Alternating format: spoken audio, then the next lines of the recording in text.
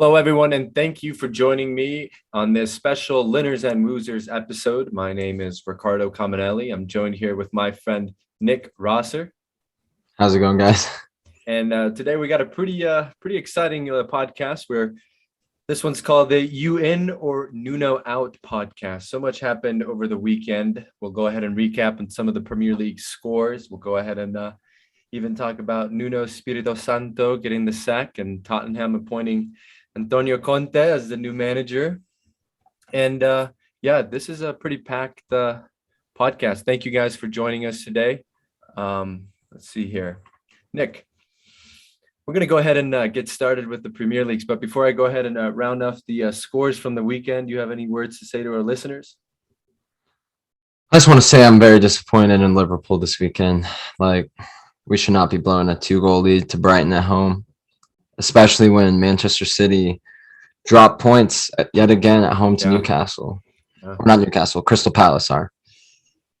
Well, I'm going to go ahead and read off the scores for you. Leicester at home, losing 2-0 to Arsenal. Burnley at home, winning 3-1 against Brentford. As you mentioned, Liverpool tying 2-2 to Brighton. Man City dropping points at home against Crystal Palace, 2-0 loss. Newcastle also dropping points at home, taking a 3-0 beating from Chelsea. Watford taking a loss as well. It's 3 losses in a row for the home teams. Against Southampton, 1-0 loss. And on Saturday, we finished off with Tottenham versus Manchester United. We'll go ahead and discuss that in a little bit, but the score to that game was 3-0 Manchester United. Goals from Cristiano Ronaldo, Edison Cavani, and Nick's favorite English player, Marcus Rashford. Marcus Rashford. Aston Villa took a 1-4 beating from West Ham. And today, Wolves beat Everton 2-1. So any thoughts on any specific games from the weekend? Yeah, I just want to talk about that United win at White, or their new stadium. I'm not even sure what it's called. I think this was definitely Ronaldo's best game of the season. I don't care about the Newcastle match as much. That's definitely a smaller squad. Being the one to sack Nuno officially is a good feeling because he had such a brilliant volley on such a great cross. But that volley just is that's the Ronaldo people came to see. That's like how he was at United. And just to put a little razzle dazzle, he put in that nice assist to Cavani for the second goal of the game to really kill off any Tottenham effort. So he showed us a little bit of creativity that we haven't quite seen out of him for quite a while. So it was nice. Yeah, I mean, that build up to that second goal with the Edison Cavani goal with Bruno Fernandes, Ronaldo, all three of them just getting involved with the couple touches gameplay, and then the finish to just chip it over Lloris. It's beautiful to see. Nick, Ole's job was on the line. I mean, that was more, which manager was going to get sacked that day. At the end of the day, Ole, is he convinced the fans? Is he going to go ahead and keep going as the United head coach, or how much does he have left here? I think he's going to be on thin. Well, I don't know. I don't think the board's ready to give up on him quite yet. I think they'll look to replace him in the summer, if anything. I think they'll give him the rest of the year. If they would have lost to Tottenham, though, that could have been game over right then. But he puts up these performances always when his team, when his job is on the line. I can't say, I'm a Liverpool fan, so I could say I'm pretty thrilled every time United lose or tie 2 games in a row and then go on and win, because Ole's going to keep his job. I think it's the best thing for him right now. I was actually worried after that 5-0. I thought he was going to be for sure sacked the next day. And I was worried about Antonio Conte. He's proven. And with a juggernaut squad like United, I think he could have got them the best out of them defensively and then have their stars go forward. Did United really miss out on Conte? I mean, they're going to go ahead and, Conte just signed with Tottenham Hotspur. I think on paper, United has a better squad than Tottenham. I think they have better players. I mean, did United really miss out on Conte, or what are your thoughts there? I think he's a proven champion everywhere he goes. He takes a team that were far off the league the year before and goes on and wins the championship the next year. Not saying I personally don't think he's going to have a happy ending with Tottenham. It's just like a Tottenham gene. But no, I think United missed out on a good opportunity. There's not too many good coaches in the world at the moment right now, and he is definitely one of them. Yeah, following that Tottenham loss, Nuno Espirito Santo getting the sack. His 10-game tenure as coach for Tottenham, 5 wins, 5 losses. Wrote a little piece on his performance and just speculation around and surrounding his sack leading up to that event. You can go ahead and read the rest of the article on our blog on Linners and Woozers on the blog side. It was a little gist It's of nice. what led to it. I wrote about the speculation, just kind of the rumors leading up to it, the fans just kind of discussing their opinions. I mean, it didn't take, well, from what I was reading, that right after the game, he was getting the stick from the fans, and some of his questionable substitutions that he made throughout the game just kind of raised some eyebrows. And perhaps it wasn't his style of, it wasn't his time or his style of play that suited Tottenham. They had a pretty rough summer, manager after manager being turned down, and they just kind of landed with Nuno. And after everybody that was left, I didn't think it was too bad of a choice. It's just fortunately it didn't work out there. And now they have Antonio Conte, and as you mentioned, Prem proven. He is a champion everywhere he goes. We'll see. Maybe this will go ahead and motivate Harry Kane. I mean, he's had a pretty poor performance under Nuno. I don't know if a lot of it has to be with the him acting out, being a little bit petty, not being sold to Manchester City, or if it's truly just the way that they were attacking just wasn't really well. So with Antonio Conte, I think he's going to go ahead and still bring out the best in some of these players. And realistically, I think top 6 is what they should be shooting for. Top 4 would be pretty, I don't want to say impossible, but definitely with the caliber of the teams right now, Chelsea and Liverpool are really looking hot. And City will pull away too. Huh? I said City will pull away too. Yeah, City will. That's pull already away. 3 of the 4. And right now, I mean, West Ham. I'm going to go ahead and talk about them in a bit, but West Ham are definitely pushing for top 4. They're not messing around this year. They were really good last year as well, and we'll see. We'll see just how the new Tottenham will look under Conte. Do you have any thoughts on the whole Conte being appointed? Any final thoughts on that? I actually haven't been following Tottenham at all this year, so I actually didn't know when the Nuno rumors sprung up. So it was kind of a shock to me to even imagine him being out. I just, I thought Tottenham was just coasting along like they usually do. I wasn't even paying no mind to them, to be honest. So I don't know how he's going to change up their system, to be honest. All right, real quick, is Conte going to Tottenham a thumbs up move or thumbs down move for Tottenham? I think thumbs up move for Tottenham. I think it will be a thumbs down move for Conte. I just don't think he'll find success, even though he's a proven champion. It's Tottenham. What about Ole keeping his job at United? Is that a thumbs up for United or a thumbs down for United? And, try not to get too biased from a Liverpool perspective that it's good to have him if you're going that route. Good for Ole. He keeps a job. It's bad for United because the results aren't coming. He gets them to semifinals, but they always don't perform against the big teams. And his league finishes have been very subpar. It's time for a trophy at United, in my opinion. I think it's agreed. As much as I don't want it, they're going to be pushing for one soon, and I don't think Ole is going to be at the wheel. Yeah, another big game from the weekend. If you got the opportunity to see Aston Villa and West Ham just absolutely turning on the Jets in the second half after that red card from an Aston Villa player, Konza, the defender. After seeing that game, there was a lot of speculation, or at least a lot of thought of what I was seeing just about Dean Smith and about how he spent, or how that Grealish money was spent, or if he has the capability of just running along with that team. I know they brought in some new attacking faces, Danny Ings, Leon Bailey, Norwich's playmaker, Buendia, who got an assist, the only goal from Ollie Watkins in the game.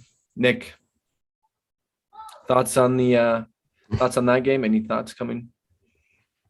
Well, I think Dean Smith is probably just in over his head. I think he made some quality signings, but I don't think his tactical setups are the strong point with them. Like, he's obviously not getting the best out of Buendia, only having 2 goals/assists in 8 matches so far. Leon Bailey's been a good excitement so far. based off like what I've seen on social media, he's like a fan favorite. He's strong, he's quick, he's got skills, and he's already become an attacking threat. And then Ings is having an all right season. He's only got 3 goals in 9 matches, Yeah. though. Like he adds on 2 more assists, but I would like to see more attacking out of Ings. So I just think I think Palm probably just goes back down to the coach because they do have a quality team. I think they've spent the Grealish money pretty well and good players, good exciting young players, but I don't think Dean Smith is just getting the best out of him. So I think he's probably going to go soon as well.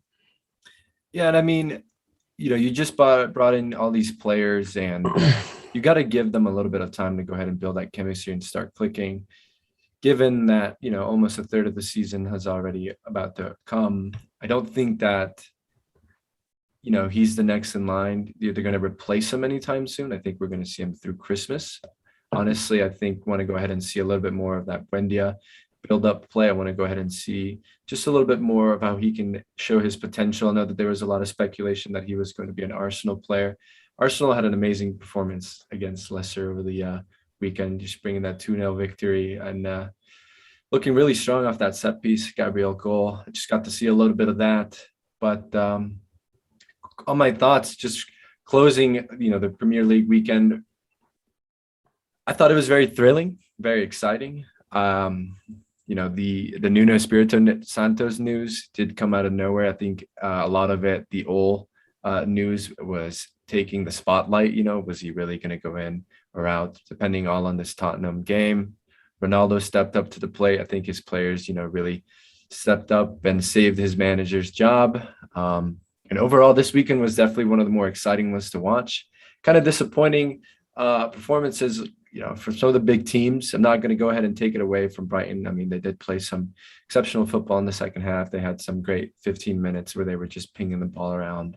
But we got Champions League this week. So, we'll go ahead and discuss that and just looking forward to that. So any closing thoughts about you for the weekend?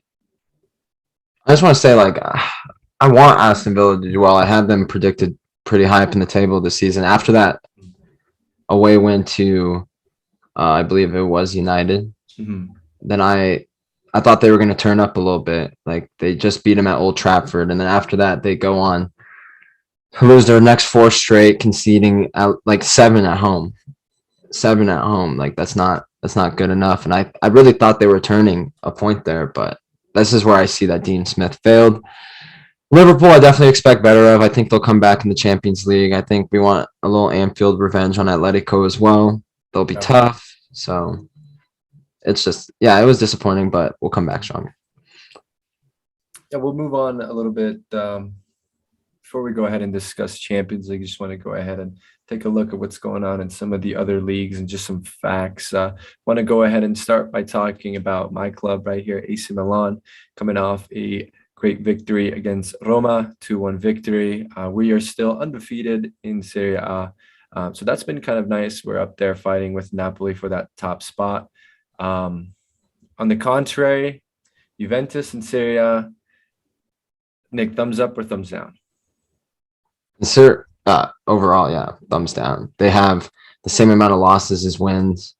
They aren't even, how many points are they off the top? Like right now, let me just find. They are from the top, even the top. Well, off the top, there's 16 points already off the league, and that's shocking. From what was it, 8-time champion in a row, 9-time champion in a row.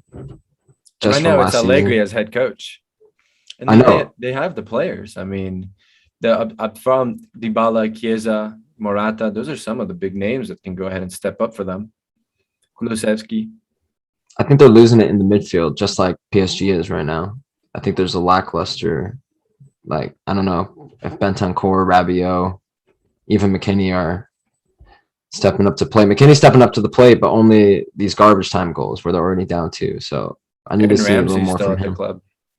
Aaron Ramsey's still at the club. Yeah. Aaron Ramsey. Wow. That's a name. That's definitely one for the fans to remember. And you think they're feeling a little bit of that I miss you, Ronaldo? Are they feeling some of that Ronaldo left effect? I think Ronaldo is just the cherry on top to the Juventus downfall. I think it's been happening for years. you could see the gap in the points for all the league seasons start to decrease. You could see a team like Napoli starting to challenge for the title, and then you see 3 straight losses in the round of 16 and quarterfinal for the Champions League. It's to Ajax, Lyon, and Porto of all teams. The teams Juventus should be a level above, and that doesn't happen 3 seasons in a row if there's not already a decline. So Ronaldo was just the cherry on top. Now they don't have anybody to save them from those games where they are struggling. Yeah. And then, I mean, we saw Ronaldo's performance over the weekend, what he can do. And I just want to go ahead and reiterate, Juventus has some fantastic players. I mean, they still have some players with great potential that can go ahead and step up to the plate. I think they're doing pretty well in the Champions League. I think they've won all their matches, and they're strolling by with 9 points. So we'll see how that plays out for them. I mean, if they're focusing on the Champions League, I hope they go ahead and step up a little bit in the Serie A domestic league. From a rival fan, I think it's always nice to see another big team always pushing. When they're struggling, it's nice when they struggle against you, but at the same time, it brings up the league. When you have Juventus and Napoli and Inter in the Champions League, Roma and even Milan. And I'm happy for you that Milan are back up there. That's honestly, it's been who's been the best player. I haven't even truly kept up. Best player for us. Oh, it's been so hard. I mean, right now, defensively, Theo Hernandez, when he's on the field, he just brings a different level. I mean, he goes up the field and drags the ball with him. Simon Kjaer, a defender, with Tomori, that partnership, superb. I mean, they bring in a nice stability in the back, and Tomori's pace just kind of cleans up a lot of those balls that go over the top. We are missing Magnan, our goalkeeper. He's going to be out for a while, and he's for first season in Serie A. The games that I've seen him play, I thought he was pretty sound. He's very fast, making those saves on his feet. He's pretty good. But top players has to be a 3-way tie for me between Sandro Tonali, Brahim Diaz, and Zlatan. I mean, when Zlatan's on the field, the game just changes. Even if his age is, even if he's 40, he's still such a threat. That goal this weekend. That free kick. Even the one he was called off on, he's just was it a foul or offside? The second offsides. Yeah, but he's so class. Even at what is he, 39, 40 yet? Is he 40 yet? 40. 400 goals. Serie A. Wow, yeah. Great player. And just want to go ahead and reiterate with you guys that on Wednesday after Champions League, there's Champions League Tuesday, tomorrow, and Wednesday. On Wednesdays, we do have our Twitch stream. I will be going live, just going ahead and discussing a little bit of those Champions League fixtures, seeing if you guys have anything you want to say, we can go ahead and discuss. As always, our Twitch, I'll go ahead and post a link to that. But on Wednesdays, somewhere around 7 p.m. Mountain Time, that's 9 p.m. Eastern Time, kind of give you a late show to go ahead and watch. So you guys can go ahead and tune in on that. But want to go ahead and move over to a little bit of the more local news, and that's with our Colorado Rapids. Nick, we're playoff bound. Got that home field advantage. We just came off of a away win to Houston Dynamo, 1-0 goal from Dominique Baji. Nick, he's in form. I mean, we'll talk about his form, but how excited are you that we're going to the playoffs? Oh, dude, I'm so pumped. Like, the Rapids have been a bottom feeding club for quite a while. Besides that 1 year in, 2017, where Gashi had the free kick. I think we even still lost that game, but it brings me back memories of that PK shootout against LA Galaxy where Tim Howard saved Steven Gerrard's PK. We went through, but there was a loss to the Seattle Sounders in the semifinals there to get to the final. But the Rapids are looking good. We're continuing that home unbeaten streak. We also have that most amount of shutouts, I believe. Our goalkeeper right now, Yarborough, is absolutely phenomenal. I think he broke our single season record for most clean sheets. Have to go ahead and take a quick look. We also just broke our single season record for points. That's right. No, I thought we tied it. I think we're tied at 52, and LAFC, we have a chance to break it. I thought we just got. What's our points right now? Right now we are at What, 58? Ooh, I we think we did. did beat it. I think Houston was like extending it, and I think we could go to 61. I know it's not no New England Revolution right now, but this is the Rapids, baby. But I'm gonna I actually do want to get into that the Rapids do are concerning me going into the playoffs. Like we've won only 4 matches out of our last 12. Like I get that we've only lost 3, but those are against the quality competition that we are going to be facing in the playoffs. So it's a little concerning that we aren't getting goals in on them. We are losing even at home.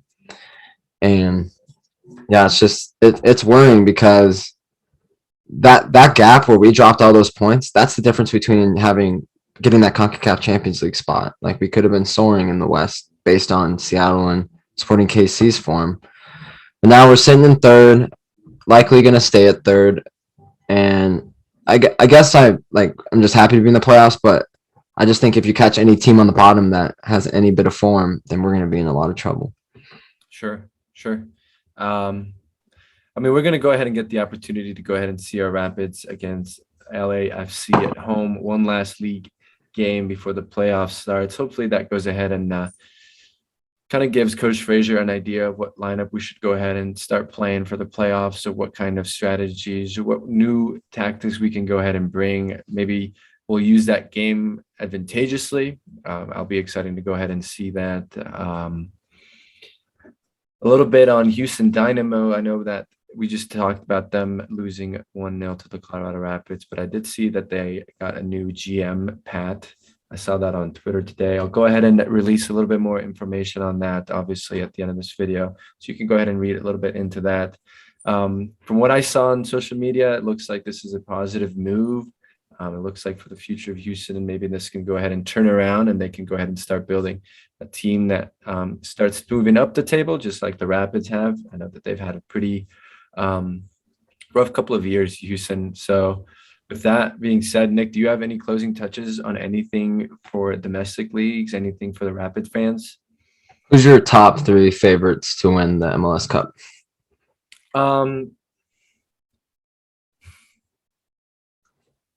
Man, I mean, I think Colorado Rapids are obviously going to be one of my choices. I want to go ahead and stick local, but New England Revolution just looks absolutely pretty solid. And honestly, I think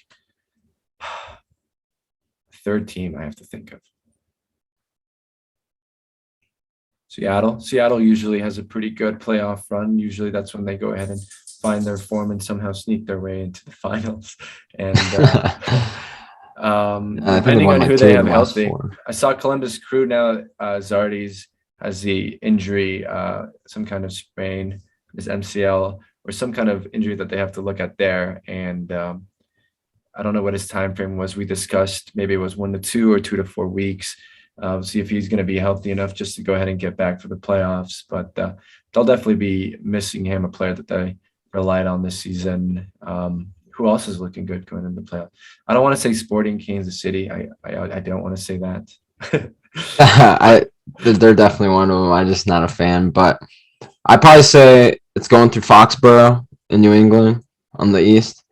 And I think your only options on the West are Sporting KC, Seattle, and the Rapids. The West looks good, you know. It's strong this year. You got even Jackie Price up there with the assist. Yeah, we're looking pretty good. I mean, honestly, some of the set piece goals that I got the chance to look at, and some of his balls that he plays in the box, some of our attacking plays have honestly been pretty fluid. I mean, they're pretty creative. They don't seem really robotic. It just seems a little bit of our players playing simple ball and then, you know, committing to those runs. I like our style of play. I'm not going to lie. We do get pretty baseline a lot. And we'll see what, you know, now that we have new attacking option up front, Dominic Baji, he's back as a Colorado Rapids player. He brings a little bit of that clinical finishing inside the box and a little bit of that shoulder movement and pace off the defenders. So hopefully his good form continues. But he's been our attacking outlet recently. He's got great turns.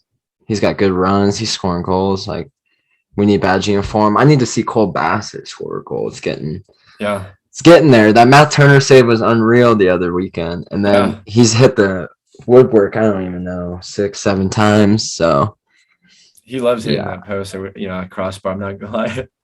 But we need to get him a goal though. Or So- not we can't do anything, but yeah, he needs a goal soon. Well, if he scores against LAFC and he scores on our side of that stadium, we're gonna say we're gonna did something to that. We did something to it. We were cheering him on. Come on. We'll tag him in this to make sure he knows. All right. Well, hey everybody, just like I said, you go ahead and tune into our stream on Wednesday on Twitch. We'll go ahead and discuss a little bit about that Champions League fixtures and the predictions. If they were right, the ones that we make, we'll go ahead and post some predictions on Twitter. You can go ahead and see. We do appreciate you guys tuning in to this special Winners and Losers podcast. It's the first one where it's just Nick and I. We have no special guest. Not gonna lie. We'll try to do this weekly though, so you guys can Yeah. just get involved with us.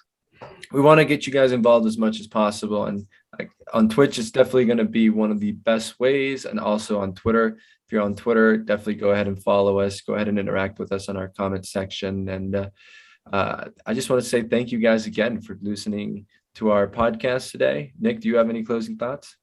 Yeah, I just want to say I hope everyone had a good Halloween weekend. I know it was getting a little rowdy at the bars up here in Fort Collins. So I just want to hope everyone had a good weekend. Everyone was safe. They just had a good time. Thanks for tuning in. Yeah, thanks for tuning in, guys. Winners and Losers are